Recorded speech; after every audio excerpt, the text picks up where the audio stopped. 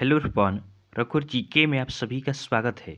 आज के क्लास में हम बिहार डीएलएड एंट्रेंस एग्जाम 2024 से रिलेटेड साइंस के मोस्ट एक्सपेक्टेड क्वेश्चंस का डिस्कशन करेंगे। साथ ही साथ एक एक क्वेश्चन से रिलेटेड इंपॉर्टेंट फैक्ट्स को भी देखेंगे। तो आप क्लास को अंत तक देखें और वीडियो पसंद आए तो चैनल को सब्सक्राइब जरूर करें ताकि आगे आने वाले क्लास का नोटिफिकेशन आपको मिलता रहे। तो चलिए आज की क्लास हम स्टार्ट करते हैं। हमारा फर्स्ट क्वेश्चन है, विटामिन सी का वैज्ञानिक नाम क्या है?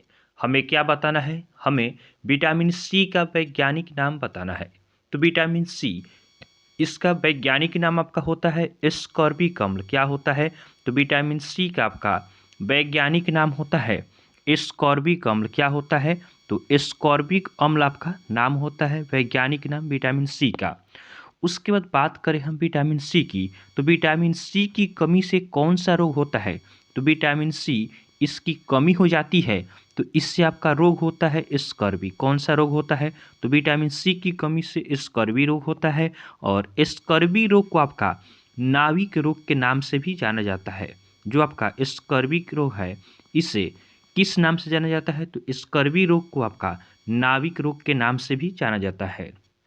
उसके बाद हम बात करें विटामिन सी के स्रोत का, कि विटामिन सी का स्रोत क्या क्या है। तो विटामिन सी ये आपका खट्टे चीज़ों में मिलता है, जैसे आपका हो गया आंवला हो गया, मिर्ची हो गया। जितने भी आपके खट्टे जो फल होते हैं, इसमें क्या पाया जाता है? विटामिन सी पाया जाता है। तो आप इसे भी ध्यान रखेंगे। और जो आपका विटामिन सी होता है, यह शरीर में नहीं रुकता है। विटामिन सी जो होता है, यह आपका शरीर में नहीं रोकता है। इसीलिए हमें हमेशा क्या, डेली विटामिन सी का कुछ न कुछ स्रोत जरूर लेना चाहिए। और जो आपका विटामिन सी है, यह दूध में नहीं पाया जाता है। कहाँ नहीं पाया जाता है? तो दूध में आपका नहीं पाया जाता है विटामिन सी। तो ध्यान रखेंगे, विटामिन सी से जुड़ा हुआ ये सभी इंपॉर्टेंट पॉइंट्स है। कि विटामिन सी का वैज्ञानिक नाम क्या है? तो विटामिन सी, इसका वैज्ञानिक नाम आपका एस्कॉर्बिक अम्ल है। उसके बाद विटामिन सी की कमी से कौन सा रोग होता है? तो विटामिन सी, इसकी कमी हो जाती है तो स्कर्वी रोग होता है, जिसे नाविक रोग भी कहा जाता है। विटामिन सी का स्रोत क्या है? तो विटामिन सी का आपका स्रोत पूछे तो विटामिन सी का स्रोत आप याद रखेंगे, खट्टे चीज़ों में आपका विटामिन सी पाया जाता है, जैसे आंवला हो गया, मिर्ची हो गया।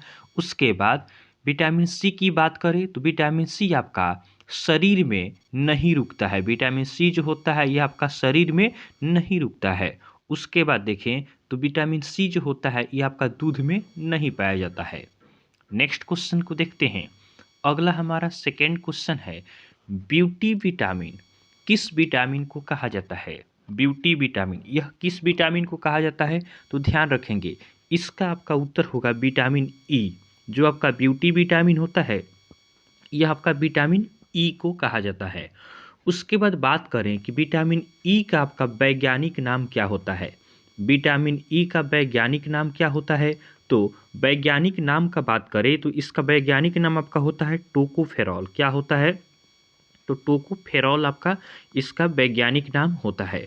तो ध्यान रखेंगे, जो आपका विटामिन ई है, इसे ब्यूटी विटामिन कहा जाता है और इसका वैज्ञानिक नाम क्या है? तो टोकोफेरॉल है। टोकोफेरॉल इसका वैज्ञानिक नाम हो गया। उसके बाद बात करें कि विटामिन ई की अगर कमी हो जाती है तो विटामिन ई की कमी से कौन सा रोग होता है? तो विटामिन ई की कमी से आपका बांझपन होता है। क्या होता है? बांझपन होता है, जिसमें क्या होता है कि जनन क्षमता आपका कमज़ोर हो जाता है। तो आप इसे भी ध्यान रखेंगे। और विटामिन ई का स्रोत क्या क्या है? तो विटामिन ई की स्रोत की हम बात करें तो जो आपका अंकुरित बीज होता है, इसमें आपका विटामिन ई पाया जाता है। और जो आपके हरी सब्जी होती है, इसमें भी आपका विटामिन ई पाया जाता है। तो आप इन सभी पॉइंट्स को ध्यान रखेंगे कि ब्यूटी विटामिन किसे कहा जाता है। तो ब्यूटी विटामिन आपका विटामिन ई को कहा जाता है। विटामिन ई का वैज्ञानिक नाम क्या है? तो विटामिन ई का वैज्ञानिक नाम आपका टोकोफेरॉल है। क्या है? टोकोफेरॉल है। विटामिन ई की कमी से कौन सा रोग होता है? तो विटामिन ई की कमी हो जाएगी तो बांझपन रोग होता है। और इसका स्रोत क्या है? तो विटामिन ई, इसका स्रोत आपका अंकुरित बीज हो गया और हरी सब्जियां हो गई। नेक्स्ट क्वेश्चन को देखते हैं। अगला हमारा प्रश्न है, मनुष्य में भोजन का संचय किस रूप में होता है? मनुष्य में आपका भोजन का संचय किस रूप में होता है? तो मनुष्य में आपका भोजन का संचय जो होता है, यह आपका होता है ग्लाइकोजन के रूप में। किस रूप में होता है? तो यह आपका होता है ग्लाइकोजन के रूप में आपका मनुष्य में भोजन का संचय होता है। वही हम बात करें पेड़ पौधों की, अगर पूछ लिया जाए आपसे कि पेड़ पौधों में भोजन का संचय किस रूप में होता है, तो पेड़ पौधों में आपका जो भोजन होता है, इसका संचय आपका स्टार्च के रूप में होता है। किस रूप में होता है? तो स्टार्च के रूप में होता है। तो आप इसे भी ध्यान रखेंगे। मनुष्य की बात करें तो मनुष्य में जो आपका भोजन का संचय होता है, ये आपका ग्लाइकोजन के रूप में होता है।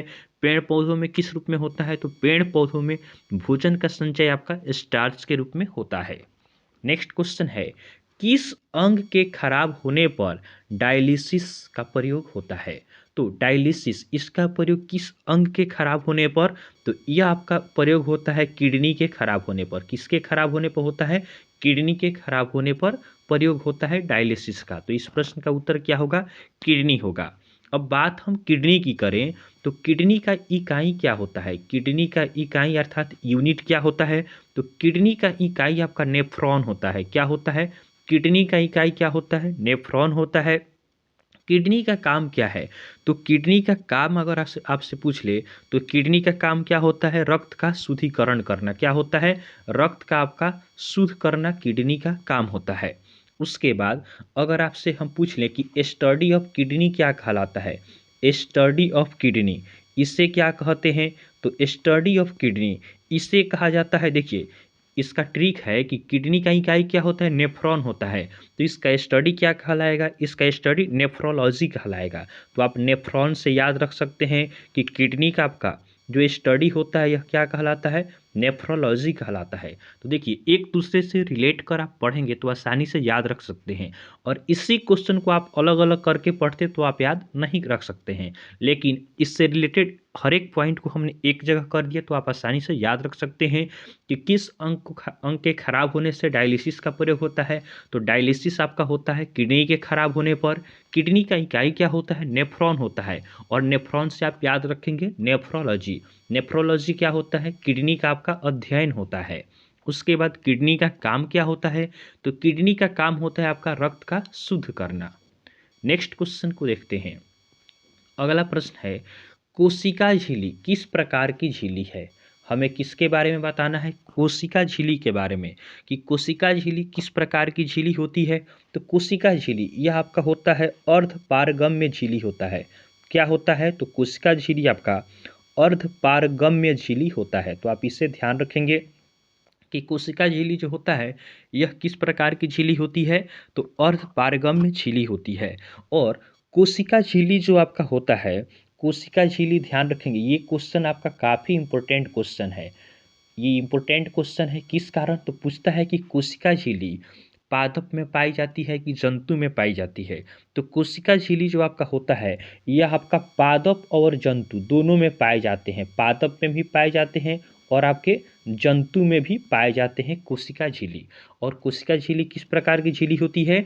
तो अर्ध पारगम्य झिल्ली होता है। इसी के साथ आपका एक क्वेश्चन बनता है कोशिका भित्ति का। इसके साथ साथ क्वेश्चन बनता है कोशिका भित्ति का। तो कोशिका भित्ति जो आपका होता है यह किस प्रकार का झिल्ली होता है? तो कोशिका भित्ति यह आपका होता है अपारगम्य। क्या होता है? यह आपका होता है अपारगम्य आपका होता है। कोशिका भित्ति किस प्रकार का होता है? तो यह आपका अपारगम्य झिल्ली होता है। उसके बाद बात करें कि कोशिका भित्ति यह किस में पाया जाता है? तो कोशिका भित्ति यह आपका केवल पादपों में पाया जाता है। किस में पाया जाता है? यह आपका केवल पादपों में पाया जाता है। तो इन दोनों डिफरेंस को आप ध्यान रखेंगे। यहाँ से एक क्वेश्चन आपके एग्जाम में देखने को जरूर मिलेगा। कोशिका झिल्ली होता है, झिल्ली से आप याद रखेंगे कि कोशिका झिल्ली जो होता है ये आपका पादप और जंतु दोनों में पाया जाता है। और कोशिका झिल्ली झिल्ली होगा तो झिल्ली में क्या आधा दिखाई देता है आधा नहीं दिखाई देता है। तो आप इससे याद रखेंगे कि क्या होगा? अर्ध पारगम्य होगा। और कोशिका भित्ति की बात करें तो भित्ति में तो हम नहीं देख सकते हैं, तो इसे आप याद रख सकते हैं कि अपारगम्य होता है। और कोशिका भित्ति जो होता है यह केवल आपका पादपों में पाया जाता है। तो आप इसे ध्यान रखेंगे। नेक्स्ट क्वेश्चन हमारा है, कोशिका की ऊर्जा मुद्रा किसे कहा जाता है? कोशिका की ऊर्जा मुद्रा किसे कहा जाता है? तो यह कहलाता है आपका एटीपी। क्या कहलाता है? एटीपी आपका कहलाता है कोशिका की ऊर्जा मुद्रा आपका एटीपी कहलाता है। एटीपी का फुल फॉर्म क्या होता है? तो एटीपी इसका फुल फॉर्म आपका होता है एडिनोसिन। क्या होता है? एडिनोसिन ट्राइफॉस्फेट होता है। क्या होता है? एडिनोसिन ट्राइफॉस्फेट आपका इसका फुल फॉर्म होता है। तो आप इसे भी ध्यान रखेंगे। फुल फॉर्म भी एटीपी का पूछा जा सकता है। तो एटीपी का फुल फॉर्म क्या हो गया? एडिनोसिन ट्राइफॉस्फेट हो गया। और एटीपी यह क्या होता है? तो यह कोशिका की ऊर्जा मुद्रा होता है। नेक्स्ट क्वेश्चन को देखते हैं। अगला प्रश्न हमारा है, मनुष्य के शरीर में सबसे कठोरतम भाग कौन सा है? मनुष्य के शरीर में आपका सबसे कठोरतम भाग कौन सा होता है? तो यह आपका होता है इनेमल होता है। क्या होता है? तो यह आपका होता है इनेमल होता है। मनुष्य के शरीर का सबसे कठोरतम भाग होता है।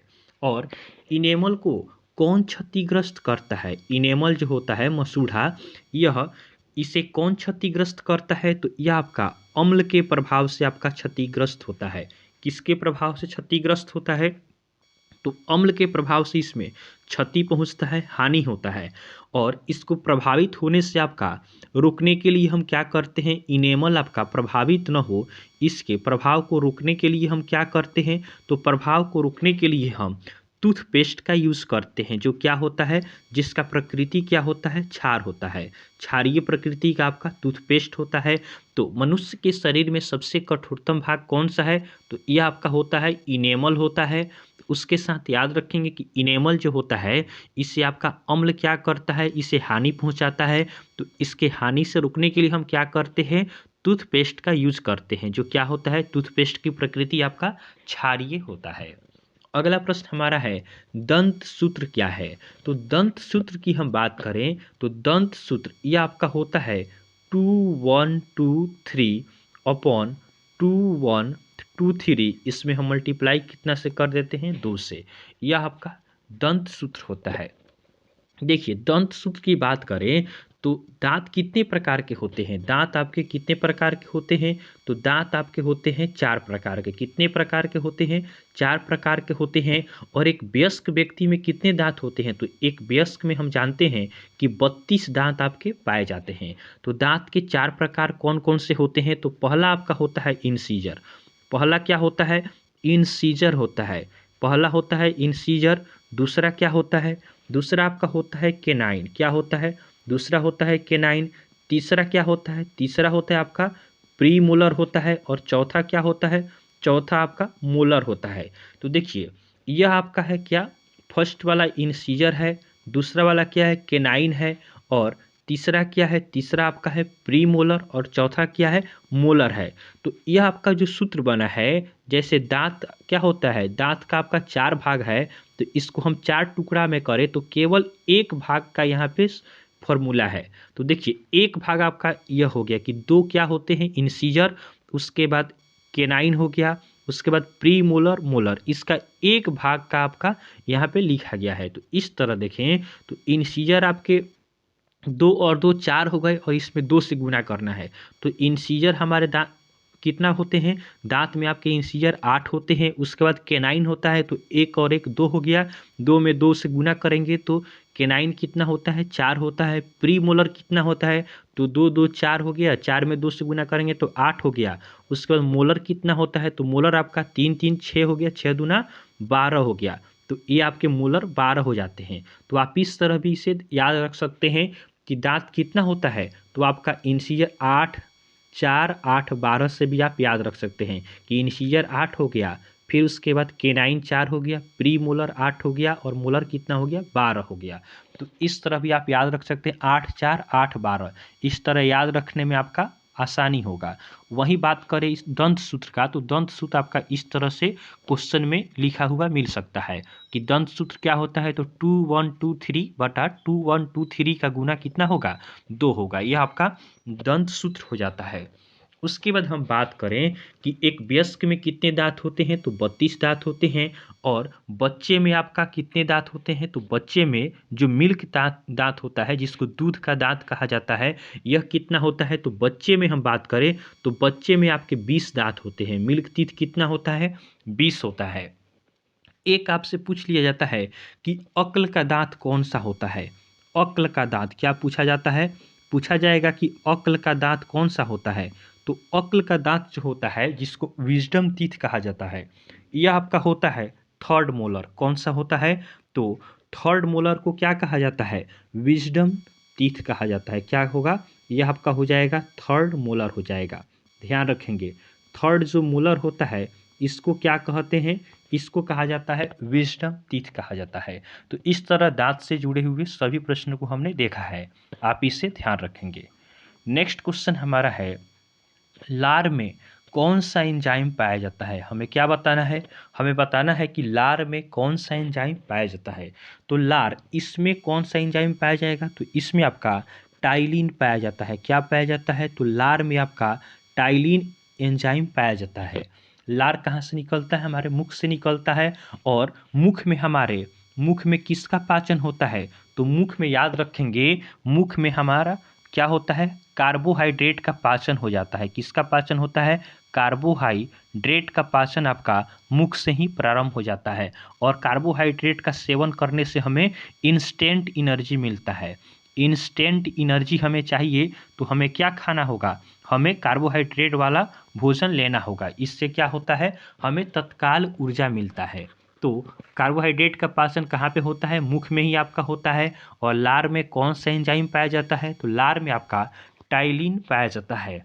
और जो आपका लार ग्रंथि होता है, लार ग्रंथि जो आपका होता है, यह किसका भक्षण करता है। ये भी क्वेश्चन बनता है कि जो लार ग्रंथि होता है यह किसका भक्षण करता है, तो लार ग्रंथि यह आपका लाइसोजाइम जीवाणु का भक्षण करता है। किसका भक्षण करता है, तो यह आपका लाइसोजाइम, लाइसोजाइम जीवाणु का क्या करता है, भक्षण करता है। लाइसोजाइम जीवाणु का आपका भक्षण करता है लार ग्रंथि। तो आप इससे भी ध्यान रखेंगे।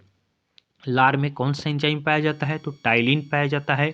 लार ग्रंथि किसका भक्षण करता है, तो लाइसोजाइम जीवाणु का आपका भक्षण करता है। और मुख में किसका पाचन होता है, तो कार्बोहाइड्रेट का पाचन आपका होता है। और कार्बोहाइड्रेट से हमें इंस्टेंट एनर्जी मिलता है, अर्थात तत्काल ऊर्जा हमें मिलता है। अगला प्रश्न हमारा है, रेशम कीट पालन क्या कहलाता है। रेशम कीट पालन इसे क्या कहा जाता है, तो रेशम कीट पालन यह आपका कहलाता है सेरीकल्चर। क्या कहलाता है, यह कहलाता है आपका सेरीकल्चर कहलाता है, रेशम कीट पालन। तो आप इससे भी ध्यान रखेंगे। उसी तरह अगर आपसे हम पूछते हैं कि मधुमक्खी पालन क्या कहलाता है, मधुमक्खी पालन क्या कहलाता है, तो ध्यान देंगे। उसके बाद अगर हम आपसे पूछते हैं कि कीट का अध्ययन क्या कहलाता है, कीटों का अध्ययन, कीटों का अध्ययन क्या कहलाता है।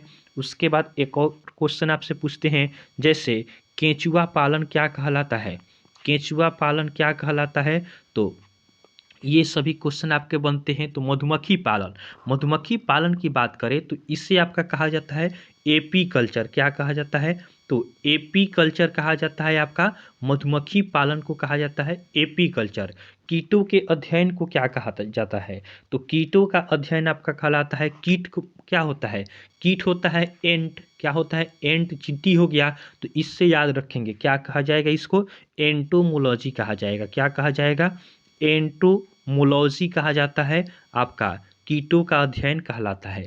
केंचुआ का पालन क्या कहलाता है, तो केंचुआ पालन, इसका आंसर आप हमें कमेंट कर बताएंगे कि केंचुआ पालन क्या कहलाता है। केंचुआ पालन क्या कहलाता है, यह आपका HW है। इसका आंसर आप हमें कमेंट कर ज़रूर बताएंगे। तो इस तरह आज के क्लास में हमने साइंस से जुड़े हुए जितने भी इम्पोर्टेंट क्वेश्चंस हैं और इससे जुड़ा हुआ जितना भी आपका इम्पोर्टेंट फैक्ट्स है, इन सभी का हमने डिस्कशन किया है। आपको क्लास कैसा लगा, आप कमेंट कर ज़रूर बताएं। और आपको वीडियो पसंद आया हो तो आप चैनल को सब्सक्राइब जरूर करें, ताकि आगे आने वाले क्लास का नोटिफिकेशन आपको मिलता रहे और अच्छे से आपकी तैयारी हो, जिससे आपको गवर्नमेंट कॉलेज ज़रूर मिले। तो चलिए आज के लिए हम इतना ही रखते हैं, फिर नेक्स्ट क्लास में आपसे चर्चा करेंगे। तब तक के लिए धन्यवाद।